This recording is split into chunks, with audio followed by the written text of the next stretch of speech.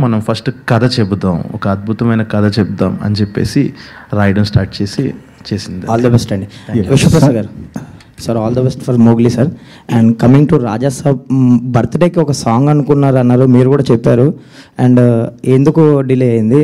November లేదో అంటున్నారు. రాజా సాబ్ poster Mowgli నుంచి కూడా వచ్చిందండి. నవంబర్ 5th ఉంటుందండి first single. Okay, second trailer కూడా ఏదో ప్లాన్ చేస్తున్నారా? నేను అది ఎప్పుడు ఉండొచ్చు సార్? సెకండ్ ట్రైలర్ సినిమా ముందు ఉంటుందండి. జనవరి 9th film. All the best అండి. కలవభైరవ్ గారు సాంగ్ బాగుందండి, all the best. Thank you అండి, థ్యాంక్ యూ సో మచ్ అండి. సందీప్ గారు, అంటే మీరు రెగ్యులర్గా స్టోరీ చెప్పేస్తాను, లవ్ స్టోరీ తీసేస్తాను అంటే నమ్మకం లేదు. సంథింగ్ రాడికల్గా ఉంటుంది మీ స్క్రిప్ట్ అనేది. ఇందులో కూడా అవి ఎక్స్పెక్ట్ చేయొచ్చా కమర్షియల్ అంశాలతో పాటు ఎట్లా? యా సార్, అంటే ఇందులో మీరు సర్ప్రైజ్ అయ్యేదే ఈ సినిమాలో ఉన్న కైండ్ ఆఫ్ కమర్షియాలిటీ అన్నది మన వాళ్ళు ఒక టెంప్లెట్ని పెట్టి టెంప్లెట్ని కమర్షియల్ అని చాలామందికి ఒక రాంగ్ ఫీలింగ్ ఉంది. అది కాదు, అంటే ఒక లార్జెస్ట్ గ్రూప్ ఆఫ్ పీపుల్కి అందరికీ నచ్చేలా సర్వ్ చేయడం ఈజ్ కమర్షియల్ సినిమా.